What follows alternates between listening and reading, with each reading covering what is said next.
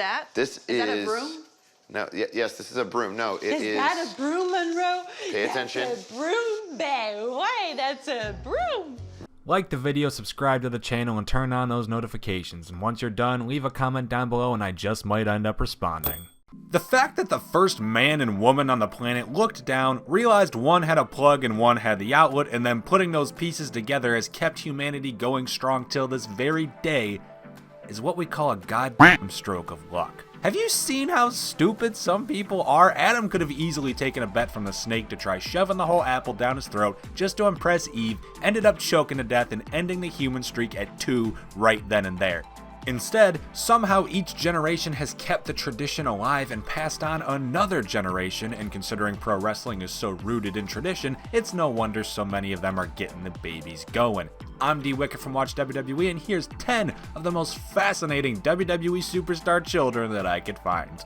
Number 10, Monroe Sky McMahon. If there has ever been a more perfectly bred, well-crafted, and destined for success child than the firstborn daughter of The Miz and Maurice, I've yet to see it. Unless maybe we're talking that Bethlehem baby who went on to fight the snake. Monroe Sky McMahon, and Christ, just say the name out loud. You can hear it echoing through distant arenas. With her father's fiery tenacity and her mother's ability to adapt, along with their ridiculous combined looks in a ready-made TV show documenting her earliest life stages, this child was legit carved from the limelight. Monroe, look. If you feel like you want to be in the land, you can be in the land. If you want to be in the sea, you can be in the sea. You can be anywhere. Number 9, Owen Owens, or more appropriately, Owen Steen, the firstborn son of Kevin Owens and his wife Karina. Owen plays an interesting role in the career of his father, as he went by his real name, Kevin Steen, for quite some time on the indies, but as it usually went at the time, once a superstar got to the WWE, they had a rebranding. El Generico to Sami Zayn, Prince Devitt to Finn Balor, Kenta to Hideo Itami, and Kevin drops the Steen for Owens. The sweetest part is that his newfound last name isn't just a tribute to his son, but since Owen Steen was named after the late great Owen Hart, he gets to pay tribute to 2 of the most important people in his life every single time he hears his name get announced. Mr. Sonic? Yeah. Okay, very easy. He used to be Mr. Wrestling. Oh, what's So very original. like father, like son. There you go. Number 8, AJ Styles. Here's a special little entry dedicated to my own father, D Wicked. His name starts with a D as well, because believe it or not, he has a special little connection to the Styles children. A fair warning if it wasn't evident by how I turned out, my dad's a bit of a jack. I don't think he's seen a single wrestler tattoo that he didn't immediately hate, and even with the context, he cannot watch an AJ Styles match without verbally dumping over Mr. Styles having his own initials tattooed on himself. In case you somehow never noticed, the right side of his torso, in fact, has a massive AJ, with 4 dates going down the sides. He didn't get his own initials tattooed, I mean he did, but each one represents the birth of one of his kids who share his initials. 4 dates, 4 kids. I think it's alright, it's, nice intentions, and I don't really care about tattoos enough to shit on them, but my dad is relentless. If you've ever wondered why I'm an asshole, it's probably because DW isn't tattooed on my dad's chest. But you are the very first superstar in the history, the brief history, but the history of Superstar Inc. to be tattooed on camera. Number 7, Thaddeus and Titus Bullard. Bullard, also known as Titus O'Neil's kids. Dad of the year. Dad of the year. This isn't chantable. Titus O'Neil has to be one of the best possible people to end up with as your father. The lottery rice, what am I saying? The lottery rice, Jesus!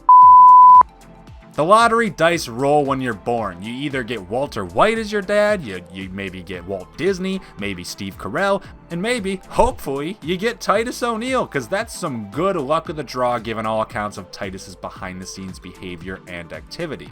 Now, granted, my lottery did not hand me a father who kisses his sons on the lips. How unlucky of me, and I don't know which of those sons got that special treatment, but wait a second.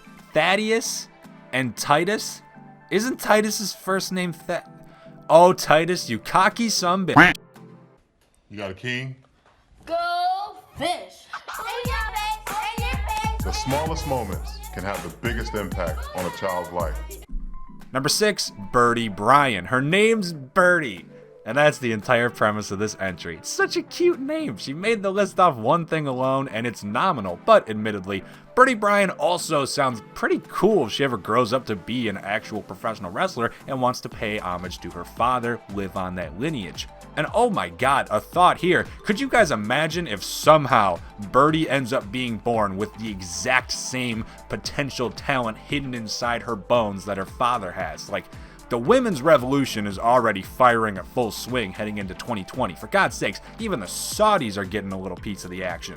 If they add a female Daniel Bryan to their arsenal, I'm not sure the men are ever going to main event again. Yay! Brian, you killed it.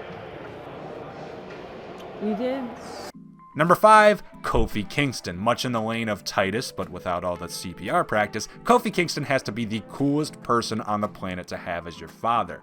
As if he wasn't always the chillest, kindest seeming human to be around, after 2015, that power of positivity gimmick seems to really seep out into his real life, and especially now after that lengthy reign atop, and especially now after his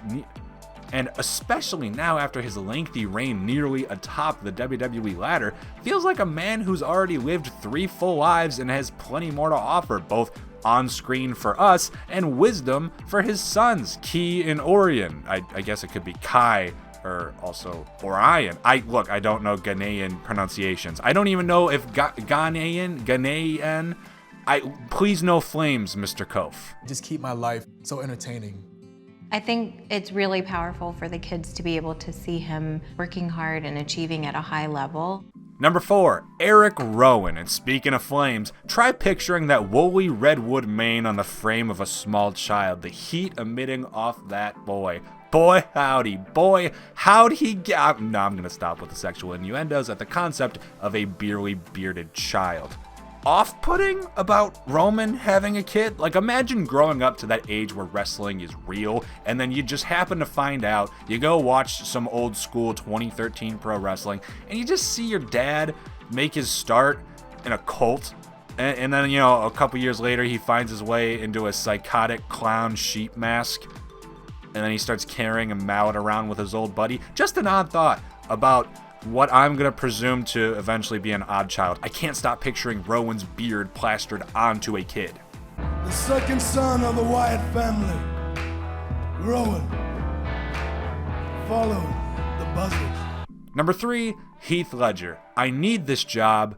I've got kids. Since coming back to wrestling in late 2015, I've purchased 2 wrestling t-shirts. One of them was an AJ Styles shirt since he came to Detroit at his white-hot WWE Championship peak.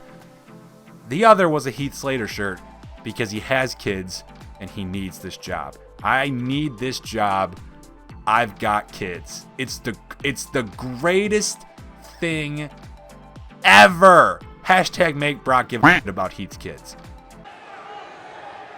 I don't give a about your kids.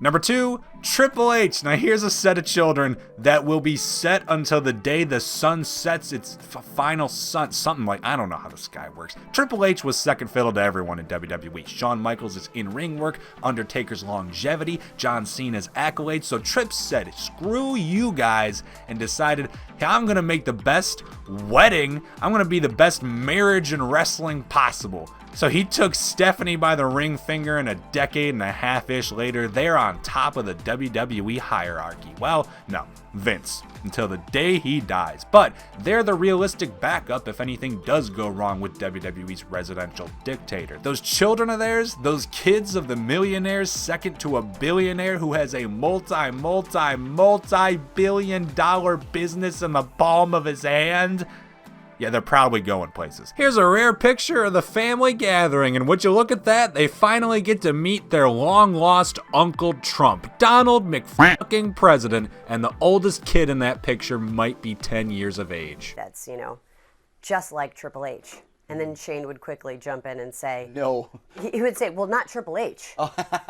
And number 1, Matthew Hardy. I don't even care that WWE screwed up the Broken to Woken saga and failed to capitalize on the hottest thing in pro wrestling at the time. But the fact that Matt Hardy and Reby Sky's son Maxwell will get to grow up and watch that original Broken storyline play throughout Impact might be the epitome of a fun fact. That's a fact that brings a smile to my face, imagining probably crazy little Maxwell watching himself as such an important, such a vital role to his father's greatest ever accomplishment. Literally watching his own King Maxwell work. That's just so cool.